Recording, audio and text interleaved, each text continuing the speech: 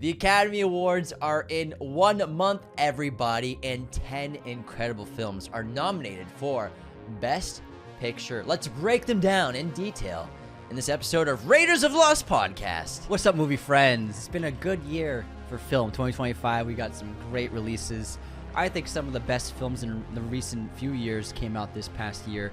And we're going to do an episode breaking down all the Best Picture noms. We're not going to do an ranking of like, this is better than that, you know. I was told that this would be a ranking. I'm just kidding. This world's filled with rankings and competitiveness, and we don't want movies to compete with each other. So we're just going to talk about each film, what we loved about them, why we think they deserve the nomination, and our favorite aspects of the films. And, there's a lot of films that got snubbed this year. That's just the way it goes every year, so we're not going to focus on that either. We're going to keep this like a positive... Nothing but fun, guys. This is going to be a super... Plus, we got Conan hosting. Conan's coming back. No, it's really exciting. Anthony and I were at the Oscars luncheon on Tuesday, which was a lot of fun. We were there with DirecTV and ABC, and it was just an honor to be able to finally go to it. It's like our first Oscars carpet event, really, outside of like watch parties, which was so cool to see so many stars and be there among all those people. We're hoping to, go to the Oscars as well. We'll see if it's in the cards, but that was a lot of fun and got me hyped for the Academy Awards. I personally think this is, I don't think it's that hard or that crazy of a statement. I think this is the best year for film since COVID. Since 2019, this is the best year. We had a bunch of big box office hits, but in general, like in terms of the quality of film and how many great films have come out, I think it's just one of the best years, if not the best year since COVID. And it's interesting because we were talking recently we've talked a lot about how movies look different, how they're not as good as they used to be on average. A lot of movies are just streaming content. And we were talking about War of the Worlds in the kitchen like a week ago. And I was like, man, if War of the Worlds came out today, that would be a Best Picture nomination. And it's like not even a Spielberg top 10 movie if you think about it for a lot of people. Not even close. But that movie, because we were just in such a great era of film in the early 2000s and 90s, that I think it's changed so much that even a movie that you wouldn't think would be Best Picture, the quality of that film is absurd.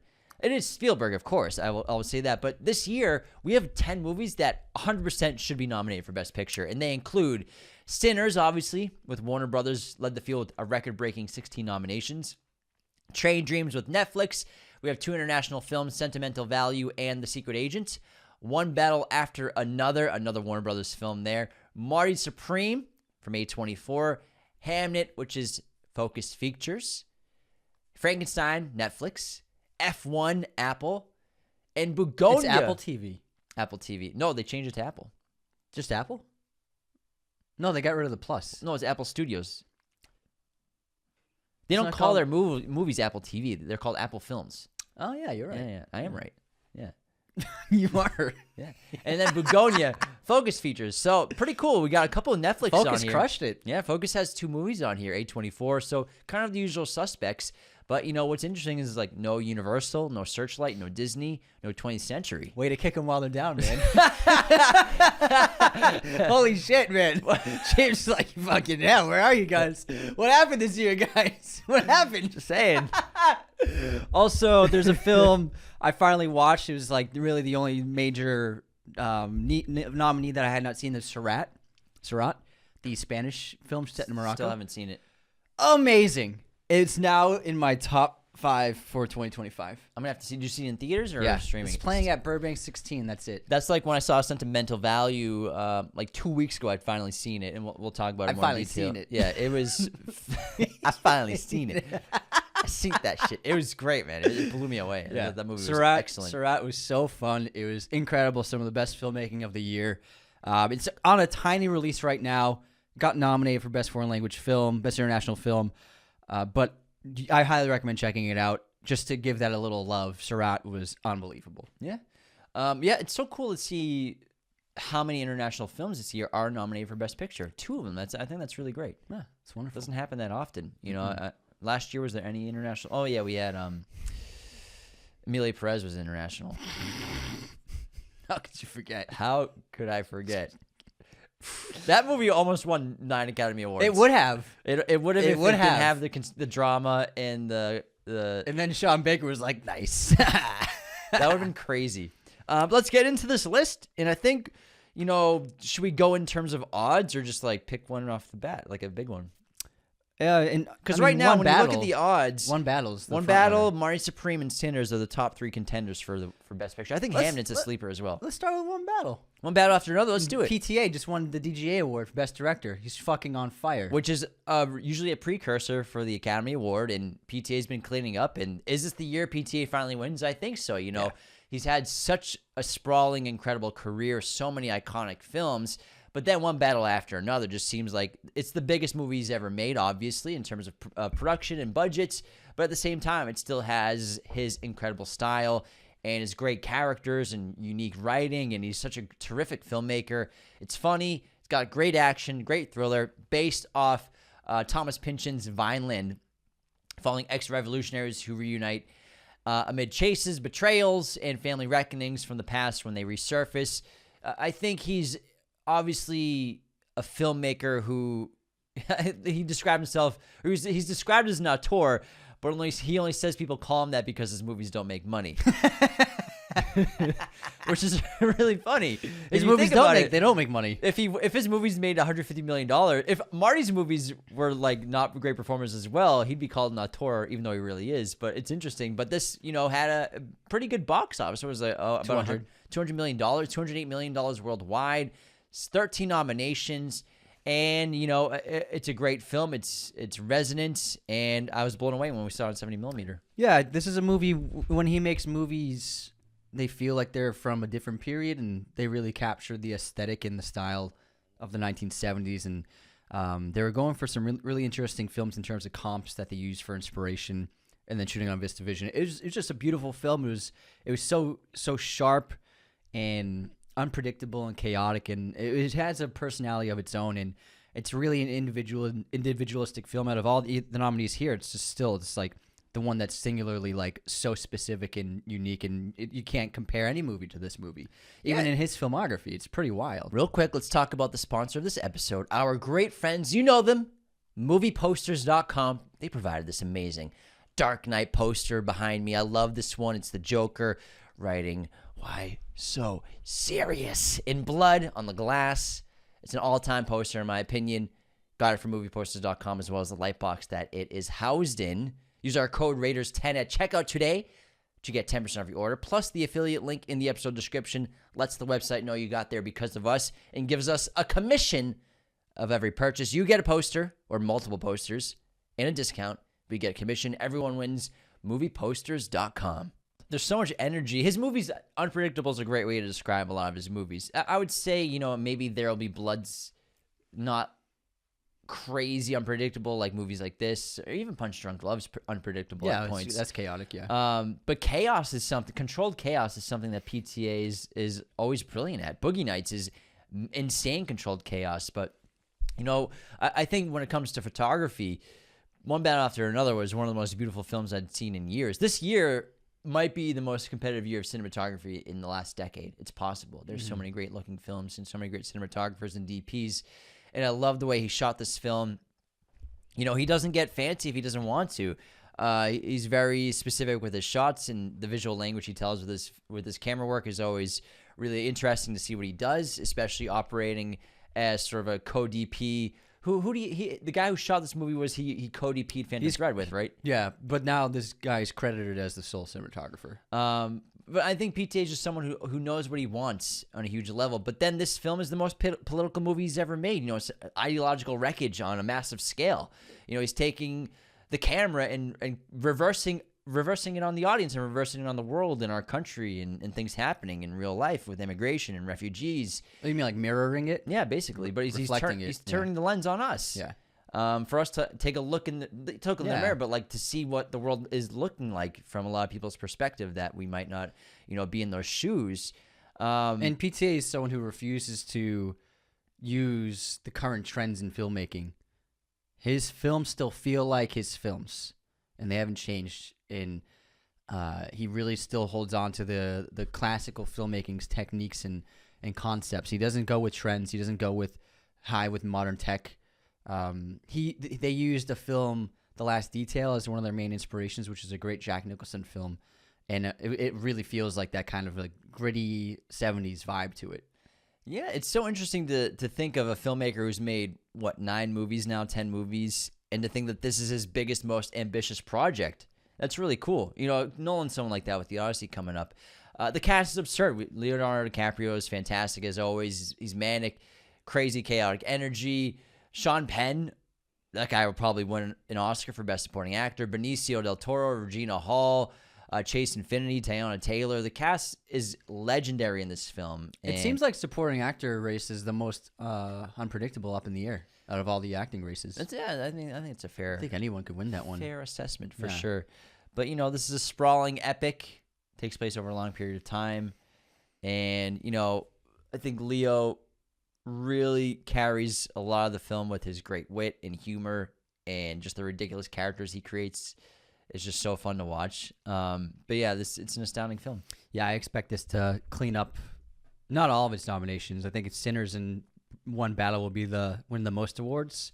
They'll split between those two films. Yeah, I think it's between them. I think One Battle will probably win 4. I think Sinners will probably win like 3 or 4 as well. There's no dominant front runner for all the categories. Yeah, you're right. It doesn't seem. I mean, it's possible, but it doesn't seem like one movie's going to take away 9 or 7. Yeah, I don't see like that happening in previous years. All right, let's talk about Sinners while we're on the subject. Still playing in theaters. It's at the Vista. It's been there all month. It's amazing. And Ryan Coogler, it was so great to see him step out of Marvel. He learned a lot, I'm sure, from the big blockbuster filmmaking that he brought into this film. And we love vampires. We love horror. And to make a gigantic vampire film on this scale with such artistry on display and great filmmaking and shooting with great high-quality formats of film, it's just like on another level. The score, the music, the cast. James and I picked this film as the best cast movie with the deepest lineup of incredible performances from really talented players. And I love the film so much. It's an extremely entertaining film, but also has a lot of dense themes and material to it to really chew on, to sink your teeth into. It's a really brilliant film, one of the best horror films of the past 10 years, without a doubt. And it's great to see it get so much love. It's genre blending, It doesn't feel like a vampire movie at first. Of course, the opening is very dark with the scarred actor, Miles Canton, coming to the church, but then it's just excellent world building. You kind of want to hang out in Mississippi Delta after watching the first half hour of this movie. We have these 2 iconic characters, Smoke and Stack, played by Michael B., who are opening up a black juke joint for their community, and they are confronted with malevolent vampires who want to steal their gifts, and they want to take their voices, basically, from a soul perspective. Jack O'Connell. This guy is blowing up between this and 28 Years Later. Jack O'Connell is, I think, just going to be blowing up in Hollywood with big, big roles. Haley Steinfeld's great as well. Ludwig Göransson's score, I think this will win Best Original Score. Yeah, and he composed so much music for this film, and it's all fantastic. But he captured so many different tones and moods.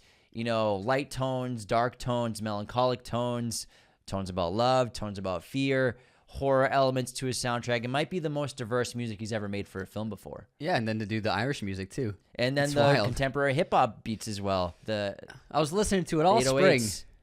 It's great. Great score. So I think... And then Coogler, it's his magnum opus right now. It's his best film. I'm really glad to see him moving outside of IPs for this. And he's going back to Black Panther 3 next, and he's doing X-Files. But, when you look at his best films, I think Fruitvale Station and Sinners are his 2 best movies. Black Panther's fantastic as well, but I think when he's outside of IPs, he's at his best. And then this movie was so terrific in terms of doing something original with the photography. Shooting on both IMAX 65mm film as well as widescreen VistaVision. No one had ever done that before, combining both formats for one movie. Had a really big budget. Warner Brothers took a shot. They gambled, and it paid off. It almost made $400 million at the box office on a $90 million budget. It also has the most impressive and visible visual effects out of any film this year. When we saw it, I was really struck by the skies in the scenes, because a lot of the backgrounds depict sunset, like the final moments of sunset, of dusk. But they're...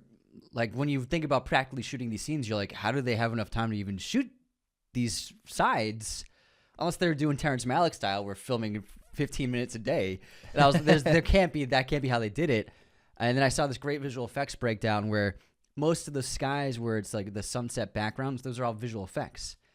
So that way they were able to film the scenes and depict them at sunset while showing the sky as like the sun's its last few trailing moments of that warm light. And I was so impressed by it. I was like, I didn't even think it was CGI because it looked so good. Yeah, the visuals are incredible. You know, what's interesting is a lot of South Korean movies really take advantage of that with their visual effects. When you look at a movie like Parasite, No Other Choice as well with Park Chan-wook, and then Bong Joon-ho with Parasite, a lot of those movies, the skies are thematic motifs of things happening in the film with moods, with tones, with the families. You guys, have you seen No Other Choice yet? I haven't. There's a lot of great shots with the sky, and it's really incredible, and it can kind of foreshadow things. And, you know, this movie with the lighting is exceptional outdoors because, you know, they captured this artistic, naturalistic style where it feels natural, and to an extent it is, but it's purposeful, naturalistic, artistic photography outside. So it looks great, it feels organic, and it feels real. So I love the visuals in this film. It's bold, and when it turns into a horror movie, it really turns into a horror movie in the best ways possible. Great themes of community resilience, systemic racism, of course, good versus evil, which is always a great theme for a monster movie, and sometimes it's the best theme at all because it's so simple and easy to recognize. I got my Apple TV mug right here. Oh, let's have a little fun with F1. One of my favorite theatrical experiences of 2025. I saw this film twice in IMAX. 3 times for me. Nice. It was so much fun and light, and we grew up as athletes and loving competitive sports. It's ingrained in a lot of people's DNA in cities like Boston. Very competitive atmospheres, and sports are really big there. So it's always, I grew up as an F1 driver, guys. It's great.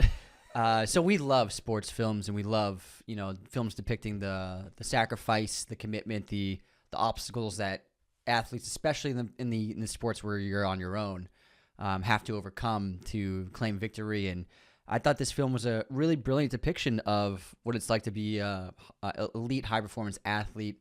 I love the characters. This cast is fantastic. The score is my favorite score of the year. It's the most listened to. Is my top 5 tracks on Spotify were 5 F1 tracks. I was addicted to it all summer. And it was, I mean, a lot of people were bashing it being announced as a Best Picture nominee, but you know what? Why not? It really, for what it is, it pulled it off. It set out to make a really fun, entertaining, dramatic, and emotional sports film, and that's what it did. It nailed it, 10 out of 10 for what it was going for. And I absolutely think it deserved the filmmaking accolades it's in nominations. It's an incredible feat of filmmaking, cinematography, and editing, tying the whole thing together. It's a really it's a juggernaut of a film. I found it to be so impressive, massive scale, just pure escapism. And there's nothing wrong with that. Not every film nominated for Best Picture has to be, you know, a really specific kind of movie. There are all sorts of kinds of films. And I think that a film like F1 that really nailed it on every aspect, I think absolutely deserves the praise. It's important to nominate movies like F1. Yeah. Just because it's a blockbuster, it's an action movie, it's a sports movie. Some people call it a fucking dad movie, which I despise. I despise the dad movie. It's so patronizing. Label for films. It does. It takes away what the movie was. I saw one for Shelter, like Jason Statham's latest dad movie. It's like, what are you talking about? Is it Bourne Ultimatum a dad movie? Like, just because it's an action movie with a guy? It's getting ridiculous. But F1, Joseph Kosinski's one of the most talented, if not the most talented action filmmaker right now. You know, this is high-octane racing. And the complexity and the logistics of making this movie from a technical standpoint seems impossible. Can you imagine what they went through to make this movie? They had to invent new technology, new kinds of IMAX cameras, just like Nolan is helping push the envelope with IMAX film cameras. Kosinski and his team pushed the envelope with IMAX digital cameras. They put 8 cameras in and around the F1 cars for this movie. And the same thing with Top Gun Maverick. You know, the actors themselves, they're not actually moving the cameras themselves, but they're doing the same thing. They're having their vision blurred and taken away from IMAX cameras. Brad Pitt and Dims and Idris are really driving in a lot of those scenes, which is really incredible. But man, I mean, just because it's a big movie, why can't it be nominated for Best Picture? It's so fun. It captured the world. $630 million at the box office on an original film, an original IP. Yeah, it's based off a sport, but it's not based on a story. Sonny Hayes is an original character. Yes, it has a blueprint of previous racing movies for sure. Days of Thunder. Sinners has a blueprint that it pulled from. That's the way movies are. But man, the technical filmmaking, this is some of the best you'll ever see. The editing, the pacing, the music. Brad Pitt is the man. Kerry Condon is terrific in this film. Damson Idris really holds his own, acting alongside one of the biggest stars in the world, Brad Pitt. And Javier Bardem is so electric and fun in this movie. The visuals are visceral.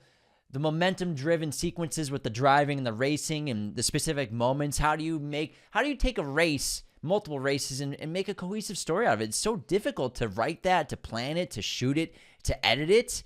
The visual effects are great as well. A ton of the visual... Sinners has great hidden visual effects. F1 might have better hidden visual effects. You should see the BTS breakdown of the visual effects of this movie. It'd blow your hair back what they did. No one was even on set. It's incredible. I mean, the fireworks obviously were CGI a lot of the time, but like things like the cars, a lot of the cars in the movie are fake. And even blow your hair, but blow even your mind. painting cars they filmed, but painting them with different bodies And making cars disappear. The camera cars. Yeah. There are cars with cameras in front of the F1 cars. Painting them out is just incredible work. ILM did the visual effects of this film. But man, just a logistic nightmare. Yeah, to make this movie. And F1 accommodated them so well. You missed it during the Apple press day, but F1 CEO was there. The president was there chatting with the president of Apple TV. And they were talking about how they had a great relationship, and F1 accommodated everything they possibly could have for F1 for the filmmaking. And it was during lockdowns and COVID. And this movie got so much bad press early because of its ballooned budget. But you got to understand, like, they filmed for so long because they were filming with the F1 circuit. So that's why it costs so much, not just the visual effects and all the cars and everything, but like there's so many days of filming on this movie that the crew was just filming for like 5 months, I think. Yeah, and filming the cars cost $2 million to me. Yeah, but still, like, you're not shooting this movie for 35 days. You're shooting, how many days of filming did they have? I can only imagine. A lot. Plus, I mean, no big deal. I got to sit in one of the F1 cars from the movie. Yeah. No, it was pretty cool. Am I an F1 driver now? Pretty much. They had a red one at the Apple event. Yeah, they had not the APX, but they had a F1 car there, which was cool. So, I mean, I loved F1. I think it absolutely deserves a nomination. It's outstanding filmmaking, and it's just fun, man. It is just a fun fucking ride. It's better than some Best Picture winners. It is. Come on. 100%. Come on. It's better than Crash. Oh, whoa, he's coming for Cronenberg, guys. Watch out. That's not Cronenberg. Crash? I'm talking about the Oscar winner Crash. Oh, I thought you meant his Crash. No. Yeah. No, Cronenberg's goated, man. Yeah, you're right. I would never his Crash was what, 95? Yeah, something like that. Pretty early. Yeah. James Spader. Wow, it's an old movie. I have to give that a rewatch. You're thinking of who did the other Crash? Paul Haggis. That's what it was, yeah. What was James Spader's character's name in The Office? Robert California. It's great. All right, let's talk about James's favorite film of the year. Take it away. My favorite film of the year? Oh, Marty Supreme, baby! Josh Safdie. Loosely inspired by ping pong legend Marty Reisman. Tracking this 1950s charismatic table tennis hustler, played by Timothée Chalamet. Navigating ambition, family... What? You're just like staring right at me. Well, you're staring right at me. In personal turmoil, James's locked eyes, smiling. In personal turmoil, as he attempts to achieve greatness, which he believes he's destined for. Stop looking at me. I love a sports drama. Who thought one of the best movies of the year would be about a ping pong player? We got 2 sports films. Yeah, what a year! A ping pong player. It's insane. You know, Chalamet, it's probably his best performance. He's magnetic. You can't take your eyes off him. He's so full of swagger and committed to this performance with vulnerability deep down as well. But I think Safdie really pulls something great out of his actors and performers for sure. And, you know, Timmy is a lightning rod of charisma. And I think it showed during the press tour. and it shows why he's one of the biggest stars in the world because he backs it up. He's been talking a mean game for the last couple of years, and he's been backing it up with stellar performances. He could win an Oscar this year. He's the front runner. He is the front runner. He will win an Oscar. I love movies about obsession, obsessive ambition specifically. As he stares at me. What am I supposed to look at? You want me to look at the wall? You were just like, obsession. Like laser eyes at me. The world building, Anthony, in this movie is astounding. It is great. And Jack Fisk's production design, cinematography. I love the casting of everybody in this movie. Everybody's so right for their roles. And newcomers, like I'd never seen Odessa Atzione in anything, and she fucking floored me. She's got a huge career before her. She's extremely talented. And this Timmy's moment, it's his time. He's gonna win this Oscar. I think he's just got too much steam behind him right now, and everybody loves this performance. And it's so extremely well directed and crafted with care by the entire team. It's a world where when you're making a period film, or you're setting it in F1 or whatever, you need to sell the world to the audience and make them feel like it's a real world, this bubble, whatever you're putting them into. And they absolutely crushed it with the entire design of this film. I loved it so much. It's extremely entertaining, really funny, but so dramatic, and the stakes are great. And it's high octane. It's as high octane as F1. We did a great review. It was one of my favorite episodes we've done in the last year or two. Not because I love the movie, but there's so much to break down in the film. Yeah. From a thematic element, from metaphors.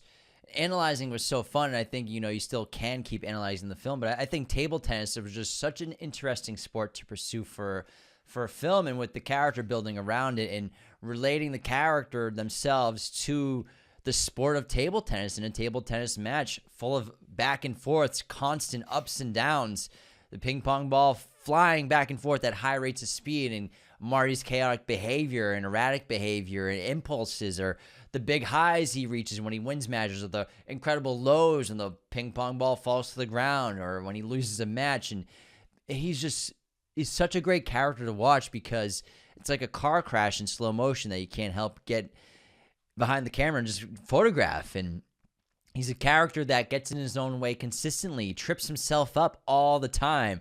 He keeps gambling and gambling and gambling on himself. And he learns a lot of lessons on the way. And the final minute of the film had me in tears, broke me apart. I love the ending of the movie. And then one of my favorite parts of the film as well is it's a movie set in the 50s, but you're taking music from the 80s to infuse the soundtrack and the energy of the film. And it was such a cool juxtaposition of eras of music and film, because usually it's the reverse. Usually it's a movie and 80s music is in like a movie that comes out this year, or 50s music comes in a movie that comes out this year. But you never really see music from a future time period being played in a movie that takes place in the past. I loved it. Yeah, you never see it. No, I can't think of another movie that's done it. Darius Kanji, cinematography, chef's kiss, man. So good. It was a beautiful looking film. Gwyneth's great. The whole cast is great. Loved it. Yeah. Let's talk about the most heartbreaking film of the year, Hamnet, which is so filled with life. It's so full of life and joy as well as the pain. And Hamnet was, I think, one of the most impressive films in terms of its filmmaking, its production design, its acting, its emotional power and resonance.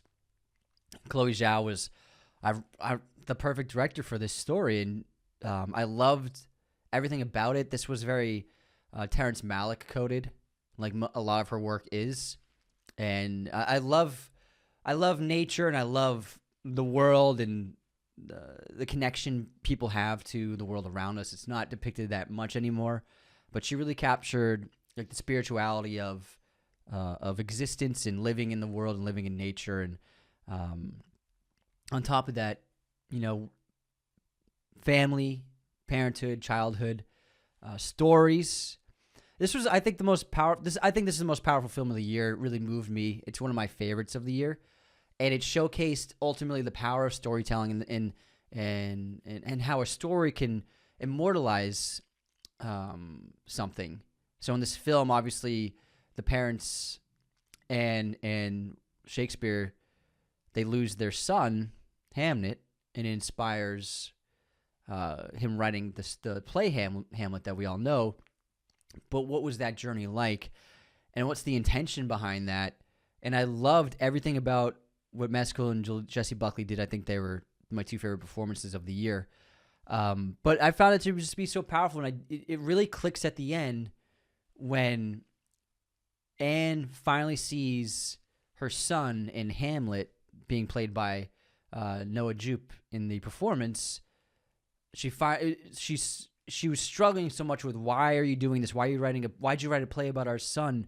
What's wrong with you? And she's so angry and outspoken during the first bits of the play, but then when she sees her son, the representation of her son as a grown man, as a heroic figure, it all makes sense and it all clicks. And also is a way for Shakespeare to process his grief with the ghost of the father beginning the story of Hamlet and setting him off on his journey. I thought it was so powerful, and these two people, they lost their son, but through the story of the play Hamlet, they immortalized him. And in a way, I saw the ending as Shakespeare gave Anne an ability to not be alone in her grief, because the entire crowd shares the grief of Hamlet's death in the play, and so she was able to share her grief with everybody around her, so she wasn't alone anymore in her pain. It's Chloe's best film. Yeah. It's a remarkable piece of storytelling and filmmaking, and when you have Spielberg in your corner, you're the real deal as a producer on this movie. And she turned the story of grief, a story that no one was too sure of outside of, I think, theater world or people that know about Shakespeare's art outside of just like high school classes, that, Hamlet's based off the passing of their son. And what was so great is they don't even say Shakespeare's name until like halfway through the movie. And I think that she did that on purpose, because I think she wanted to not just be about William Shakespeare, but to just be about a family. And I like the humble beginnings for both of them. Shakespeare is this young teacher who's got ambition, full of energy, full of ideas and stories, but trying to discover how to express them. And then Agnes is just this local girl who really doesn't have many prospects, and she's just living. She's loves her She's family. living. She's Just keep on living. L-I-V-I-N. Agnes is L-I-V-I-N-G. Just keep on living. But their meeting is beautiful, because she's an outcast, because people think she's weird. She goes out in the woods. She has that hawk. Weird. There's the rumor that she was born from the forest by a witch. So people think she's like the daughter of a witch. I think that's a really interesting mystical element to put into the character, gives Agnes this gravitas that normally probably wouldn't have. And the love between her and Shakespeare is really powerful, and the family they build, and it's so tragic. This whole film is in a way a eulogy for the passing of their son through the words of Shakespeare, but through the feelings of both of them. And I think William is, with his play, like you said, is able to express both their grief together. It's obviously how he expresses it, but through her watching the play, she can experience his grief, which she didn't think he had.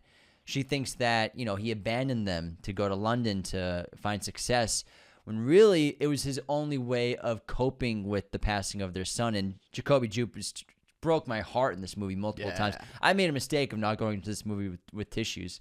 I cried, I think, 3 or 4 times. I brought tissues. They were very useful. Goodness. Oh, I needed them. Devastated this film. It's the most I cried since I saw Manchester by the Sea. Dude, the whole crowd was sobbing. People were just crying. Sniffling and weeping, and it was so heartbreaking and tragic and powerful and moving, and it was a beautiful, beautiful film. It was so well photographed as well. And I think Chloe showed such strength as a filmmaker and control over, some filmmakers have different strengths.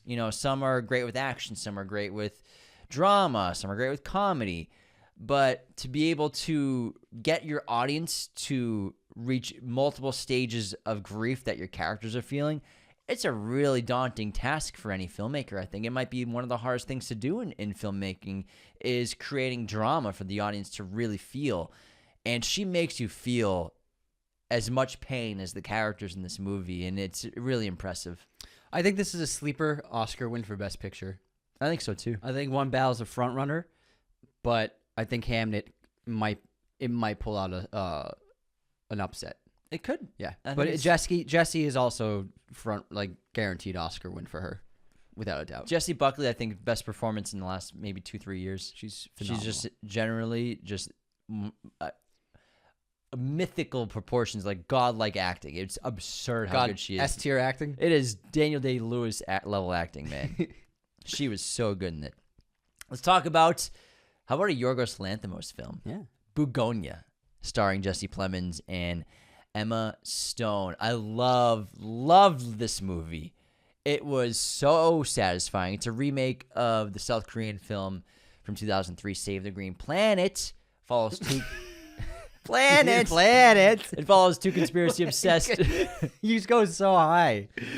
Hey, man. Save the Green Planet. I'm entertaining, Nancy man. Myers. Nancy Myers. It follows two conspiracy-obsessed young men who kidnap a powerful pharmaceutical CEO, convinced that she's an alien invader plotting humanity's downfall through environmental sabotage. Great film. So entertaining.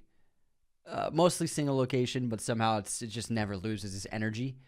And Plemons and Stone going head to head was just worth the price of admission on its own. Really well shot, incredibly photographed, but in a simple way. It's a big shift from Poor Things to go as big and loud as that movie is visually, to really restrain yourself. I'm sure Yorgos was attracted to the idea of really working in a confined area. But still, he made it visually stunning with his team. Great cinematography.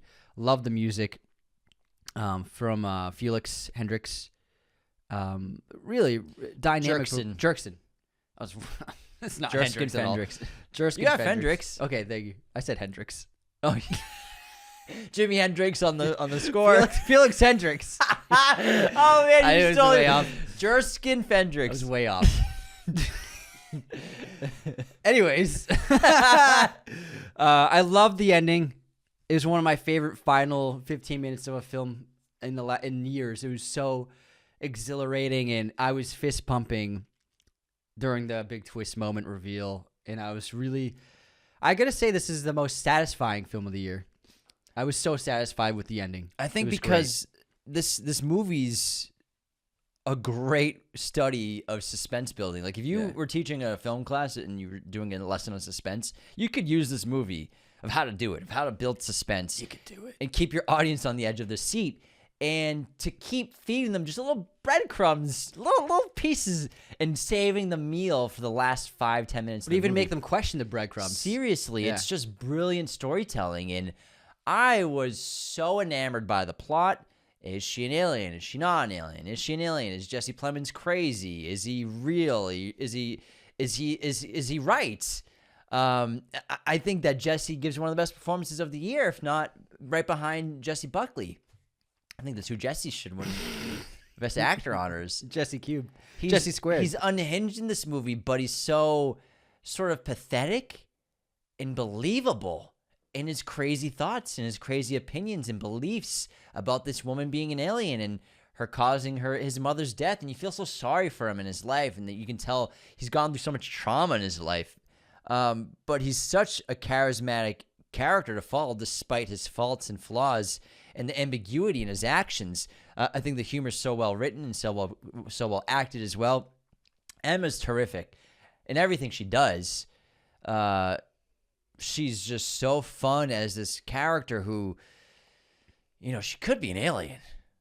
She's probably not, but I mean, she could be an alien. And just the critique on corporate CEOs and corporate culture, about the whole bit on diversity monologues, and we're saying diversity too many times.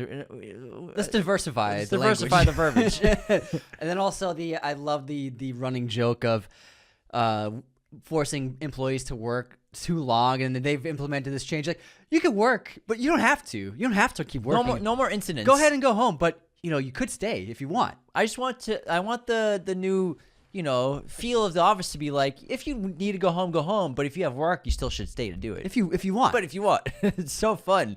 Because he's always, Yorgos is always critiquing culture in some way with his films. Yeah. Shut the fuck. Every time I say it, you're like giving all these, yeah, man, totally. So sarcastic. But I think it's just fantastic. It fills you with paranoia. It makes you question your reality in so many different ways. It makes you look at the government and the policies in place in all kinds of areas of our lives and question everything. You should question everything. It's so crazy. And I think it's so fun. It's so original. And the payoff is outstanding. It really, really is such a fun movie. Chef's kiss, man. Next, we're going to talk about Guillermo del Toro's fantastic, remarkable horror film, Frankenstein, after our little intermission. James, who sponsored this episode? Oh, none other than our great friends at movieposters.com. Go there today. Com or? Just one com. Use our code at movieposters.com. Raiders 10 at checkout to get 10% off your entire order. Plus, we've got an affiliate link with our friends at movieposters.com. It's in the episode description of this podcast. All you got to do, click that link. It sends you right to the website, but it lets the website know you got there because of us, and it hooks us up with a commission and cut of every purchase made. And then use the coupon code, you get 10% off. Check out some amazing poster from the Batman. I love this one. That's good. Catwoman and Batman. It's a really good poster. Right in front of the sunrise or sunset of Gotham. I think it's sunset. It could be. They're getting ready for prowling. Yeah, they're about to. They're not waking up early. No, they don't. Batman ain't waking up to go to work. I'm not saying no. Batman doesn't wake up and go to work because he's up. He's a creature of the night when he. I know. I'm saying it's dusk, but it could be sunrise. He clocks out at sunrise. So you're saying like this is the end of the day for him? It could be. Yeah, sunrise. It's exactly what I'm saying. I don't know. It could be. I think he's already back home before the sun rises. I think it's either one. He's never out in light. No, you're probably right. Because then he's going to be driving through. You're right. He's going to be stuck in rush hour traffic. Everyone's driving to work. And Batman's just right there with them. He's never out in light. Like the last 15 minutes of the Batman. Out in sunlight. Well, when he's helping out. Is he out in daylight? I'm talking like driving through the city. Is he out in daylight? He's not prowling. There's an emergency. Is he out in the light? Yes. Thank you. Yes. That's all I wanted was the yes. But it's only in extreme circumstances. Anyways, this is a long ad. Use our code movieposters.com. They're great. I forgot we were doing an ad. We got a bunch of great unsubscribes this week. If you want to roast us or fact check us, unsubscribers are a great way to do it. On our episode for single location movies, we got a bunch of similar ones. C.E. Gutierrez, no Raid Redemption? I feel dumb. Oh, the Raid. Unsubscribed. I'll just blame Anthony for this, he said. Yeah, it's Anthony's fault. Then movies from memory, Inception. Lizette wrote, one of you definitely watched a different movie. Because how on earth he got so many things confused? Him thinking Ariane was in an Inception class. Dream Class 101. Dream Building 101. That was just a joke, guys. Also, Yusuf getting shot. Hey, man, movies from memory, it fucks with your head, man. I'm telling you. You get in that episode and you're like, don't know left or right. All right, Shell is up next. I have to unsubscribe this week. It's absolutely ridiculous to suppose that a super ridiculous joke for an insanely bad age regression in Jurassic Park's commercial. The joke is how bad it is, as well as Devil Wears Prada poster is a joke on how bad photoshopping is. And we didn't get it, so unsubscribe to us. The Devil Wears Prada poster is a joke? That's what they're saying. It's supposed to be super airbrushed for that reason. I think that's just the excuse they're giving. But resubscribe because of the love for Cape Fear. Thanks, Shell. Appreciate that. We love Cape Fear, too. All right, next up. James Everett. You guys forgot Paddington in the single location movies episode. Because it takes place on planet Earth. I'm like in my How head. could you F this up? Like, unsubscribe. There's like a lot of locations in Paddington. There's several. That was a good one. He's right though. We totally spaced on Paddington. It is. It is all on set. Takes it's all place on planet Earth. Earth. Yeah. Absolutely right. Jesus Leon. Jesus. Jesus. Not gonna forget the fact that James thought that in the Inception world, kids just take Dream Building 101. That's an unsubscribe right there. I'm never gonna live this one down. It's so funny because you fought me on that for like 5 minutes. You felt so strongly that you were right about that. It wasn't 5 minutes. I'm telling you, man. Movies from memory does something to you. Oh my God. You're so adamant about it.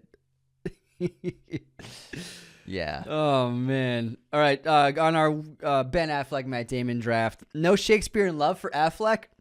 What's the name of the play? Mercutio. That's the character he played. Little smirk. I shall play. That's when Mercutio decides to join the play. Unsubscribed. I didn't like it. I watched it a couple weeks ago. I was not impressed by Shakespeare in Love. I was not I impressed. don't think I've ever seen it. I think it might be one of the most overrated movies ever. Oh, it's not well rated, but it won the Oscar, and it won Gwyneth an Oscar too. It won Best Picture. All right, Dustin Sullivan. All for Saving Private Ryan. Yeah. Since you won't give the White House exorcism film a chance, unsubscribed. But hey, I do want to say the plane exorcism one sounds good. You guys should make that. Imagine Sam Jackson saying, "I'm tired of these motherfucking demons on this motherfucking plane." I love that. That's great. And that's it for unsubscribes. Really fun stuff, guys. Keep sending them in. Makes us laugh. Also gives us nice fact checks, especially when James thinks ridiculous things like Dream Building 101 are real.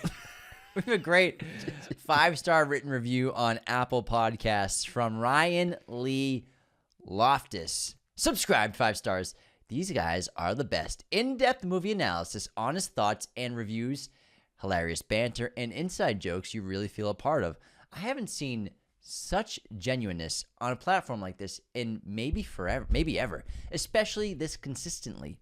Whether I'm just looking to hear what the movie boys had to say about a flick, new or old, I'm feeling down and need a pick-me-up. This show has been my go-to for the past few years, and it'll stay that way for years to come. Seriously, I can't recommend these guys enough for any cinephile or casual moviegoer. They even went so far as to watch and support my debut short film after I shared it with them over Instagram.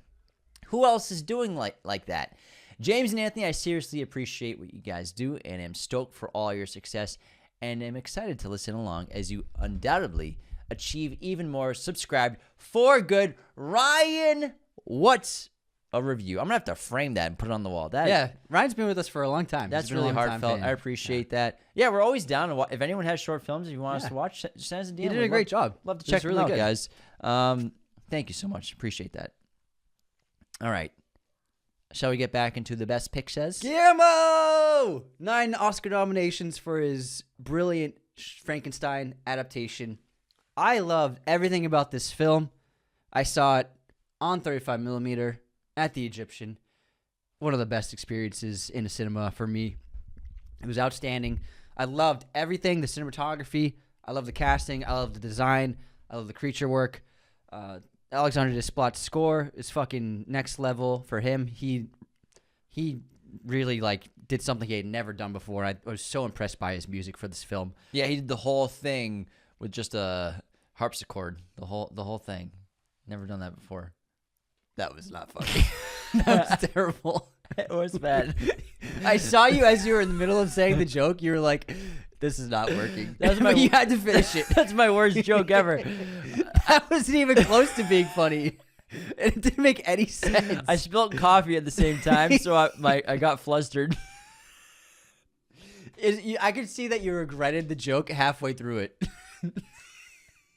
That was the worst joke I've ever heard. Yeah, he wrote the whole thing with a harpsichord. It doesn't even make sense. I think people are gonna unsubscribe literally for that.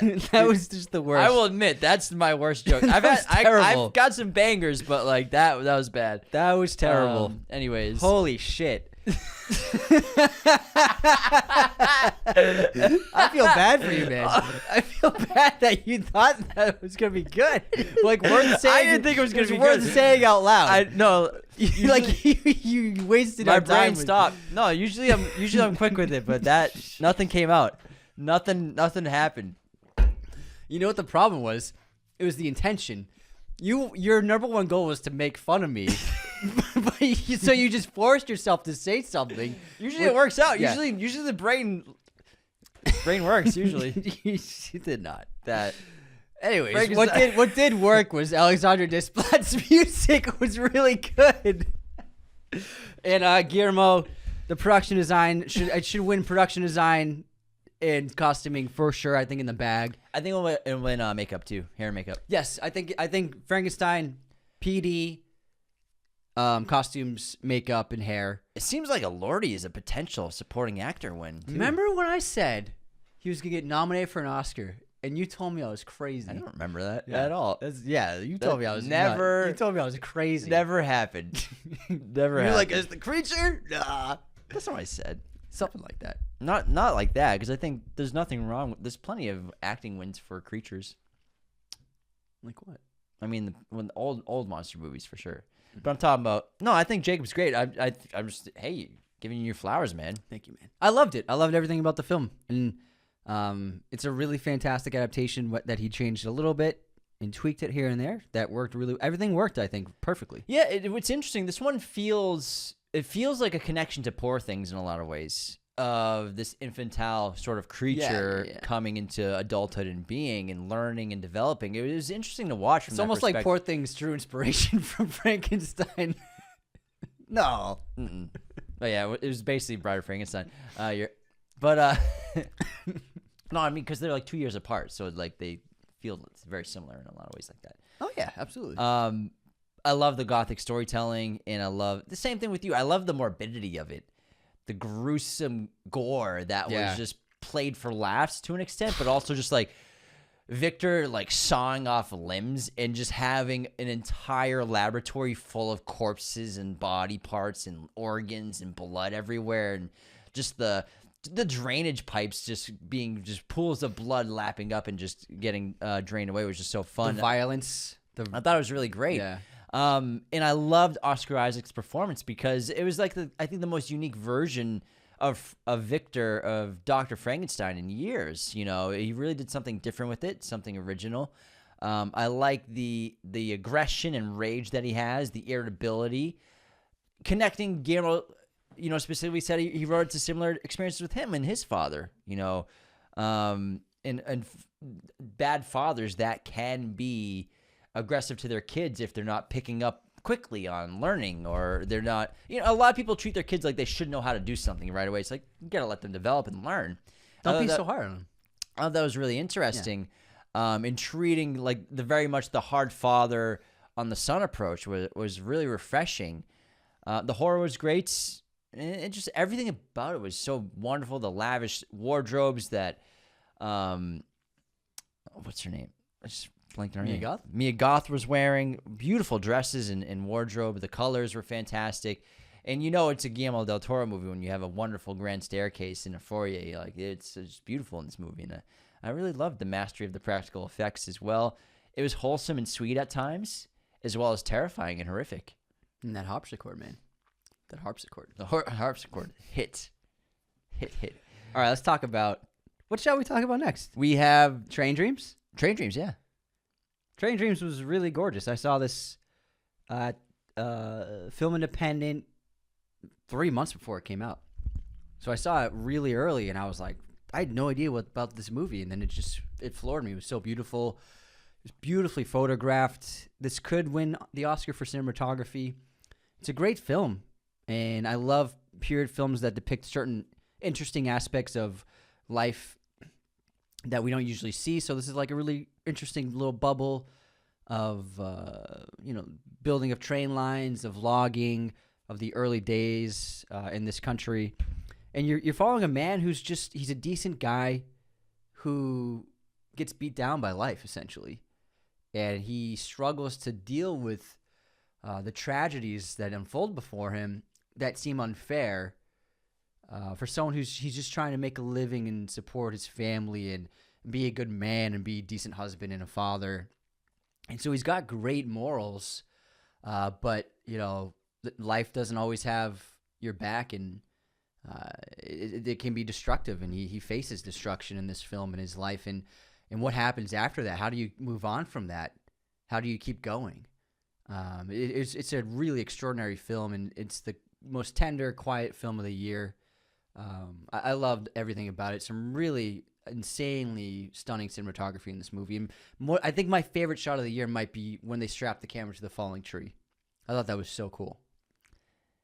It reminded me of Shawshank Redemption in the way that life can move so fast and it leaves some people behind. You know, this is a story of a man right when the Industrial Revolution's happening, early 20th century, and he's not an educated man. He's a blue-collar man, works with his hands, whatever work he can find, lumberjacking, whatever it is, building railroads.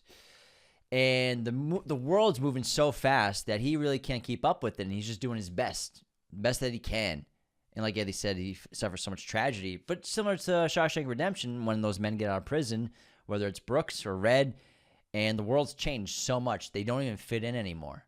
And his character doesn't really fit into the new world that's being created, the new budding infrastructure of cities. And even the industry he works in.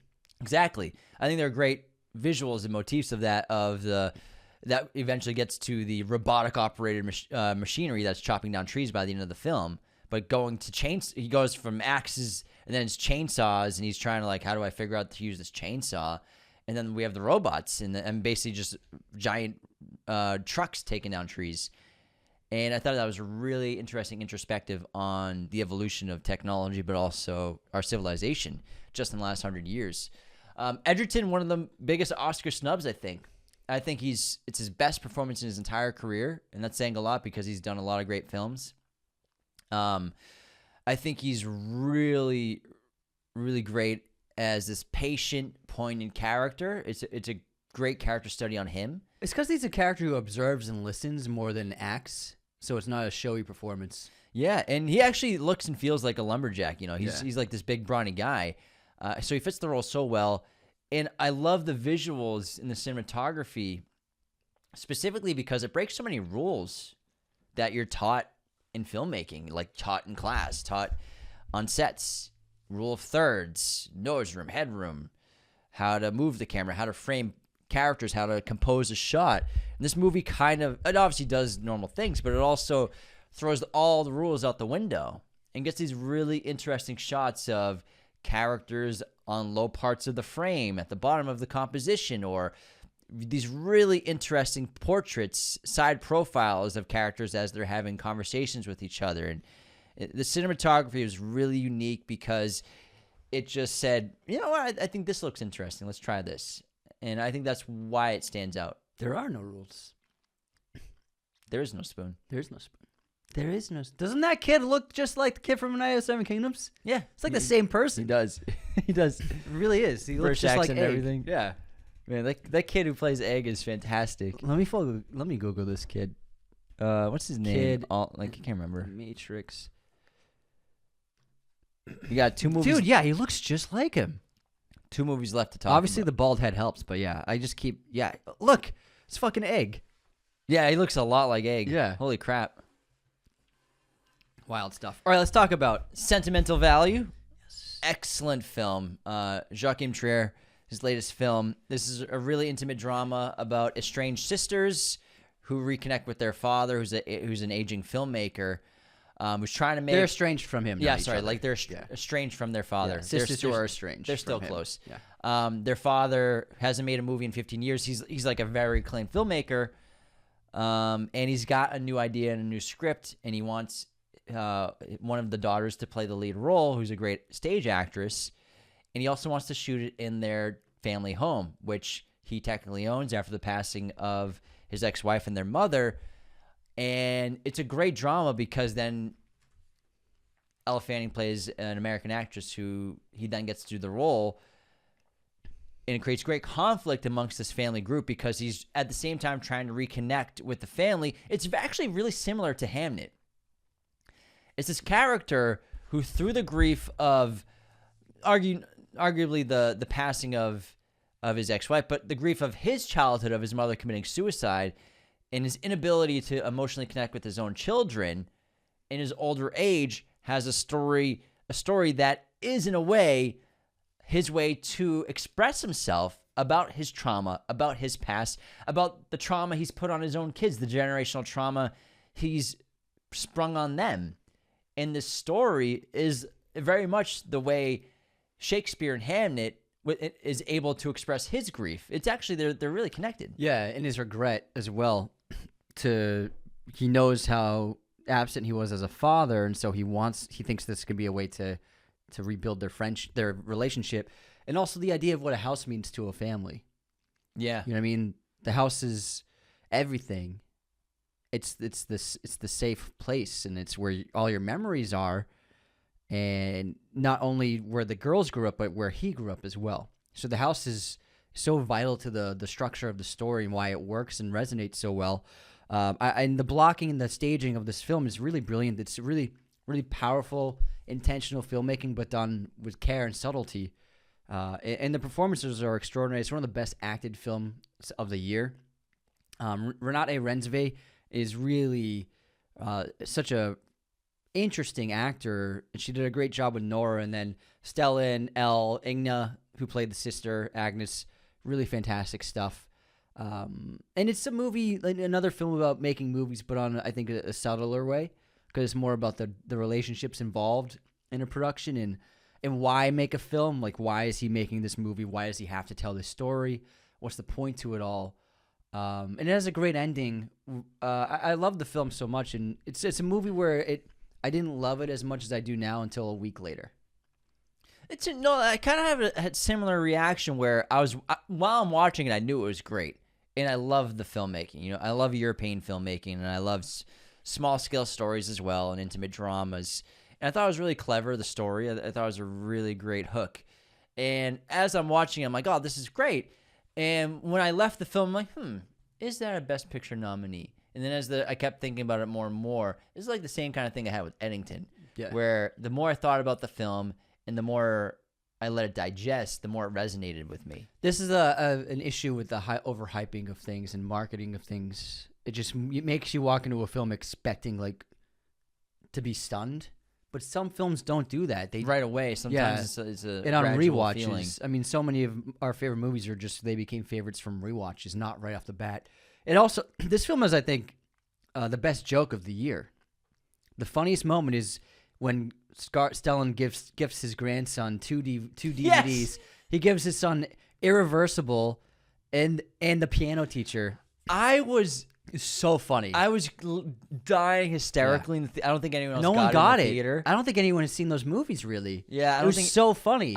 It was hysterical. That's right. It was a really good joke because his grandson's like 9 or 7. And he's like, the piano teacher will teach you everything you need to know about women. I fucking died. Yeah, it was so funny. And then I think the mother's like, good thing we don't have a DVD player. Yeah. It was so funny. I thought that was hysterical. It was so funny. Yeah, no one else got in the theater either. I don't think I was the only one who laughed at that. Yeah. I don't think anyone in my theater got it either. I thought it was the best joke of the year. It was really funny. It was great. And how about that? The one-er shot from his film that he made 20 years ago? That's great. It was fantastic. No, it was cool because it's a movie about filmmaking, but not really. It's a movie about family. Yeah. And also, I liked how it brings down the aura of a great filmmaker and brings them down to reality that they're just people. They make mistakes. They have families. They live normal lives outside of the acclaim of fame and yeah, he's like, the festival's doing a retrospective of my career, and she's like, all right, cool. So what? Whatever. Congrats. But I think it's just very excellent directing and such great acting. Elle Fanning's fantastic as well. I liked it a lot. And it's relatable to anyone, really. If you have a family, if you grew up in your family home, siblings, parents, drama, anyone can connect to it, That was great. All right, one final film left to talk about. Let's talk about The Secret Agent from Kleber Mendonça Filho. This is a tense neo-noir political thriller set in 1977. Brazil, under military dictatorship, follows a persecuted former professor who returns to Recife, only to confront ongoing repression in the city's vibrant carnival facade. Wagner Moura is incredible in this film. He won Palme d'Or's Best Actor. The Cannes Best Actor. Nuanced portrayal of a quiet and defiant character with inner torment. Supporting cast is also excellent as well. 1977's Brazil military dictatorship. We have authoritarian persistence, resistance, revolution, as well as what it's like to live under oppression in daily life as main motifs in this film. Hugely lauded critically, especially from festival circuits. Oscar buzz, of course, and Wagner Moore could potentially win Best Lead Actor for this film. And it's something that tonally I felt a connection to I'm Still Here, which I thought was one of the best films of the previous year. And that film, like this one, they do an incredible job of balancing this personal story, tying it to the cultural, the political, and violent climate of the world around them, and how it ties to this person caught up in extraordinary circumstances that they weren't equipped for at first, and they have to deal with it and move forward. Otherwise, failures it would lead to their deaths. So I felt like a really great kinship to that film. Both Brazilian movies, not exactly the same situation, but very similar. And Wagner Moore proved he's really one of the most impressive actors working today. And I think he's had a huge TV career, blowing up in America recently, and this is going to be a big step forward for him. Yeah, it's always interesting to watch a film that takes place 50 years ago in a country with a dictatorship or strong government control, and filmmakers are really able to make them feel contemporary at the same time and resonate and connect with audiences today in our world. So that's an impressive feat, and it's always something that's just a whisper away, it feels like, in our world, and close to home sometimes. And I just love when international films receive accolades and acclaim and attention. It's just really great. I love it. What a year, though. That's a great 10 year. incredible films for Best Picture nominees. It's the deepest year, right? It's the deepest year in a long time. If you had to put your money on a horse, who's winning? One Battle's winning, I would say. Best Picture? Best Picture.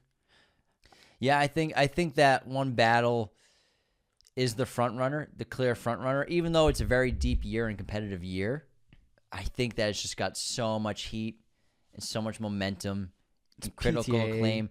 I think Sinners will win the most awards, but I think that One Battle will take home Best Director and Best Film. I think that it's going to be a pretty scattered winning sets of wins. I think that there's going to be multiple films that win a handful.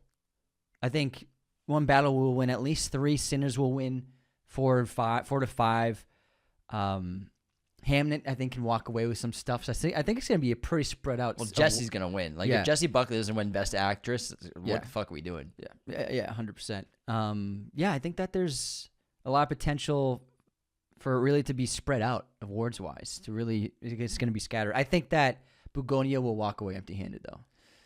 The only thing I see Bugonia potentially winning is Best Adapted Screenplay. I think you might give that. I think you give that to Hamnet. It's possible. So I honestly think that Bugonia will be the one that wins nothing. I think F1 can win some stuff, technical awards.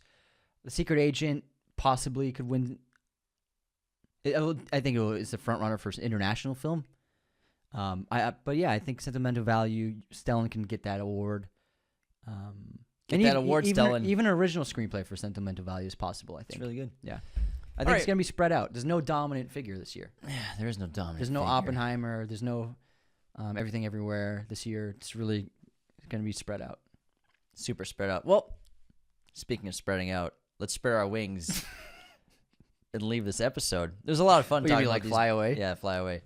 Talk about all these Best Picture noms. Make sure to do all the things that help the show, guys. Go to patreon.com/Raiders of the Lost Podcast. Sign up today for membership. Get access to bonus content and stuff like that. Leave those 5-star ratings and reviews on Spotify and Apple. Subscribe on YouTube. Follow us on Instagram, TikTok, Twitter. Leave comments, likes, subscribes. Do all of the things. You know what to do. In the meantime, take care. See you next time.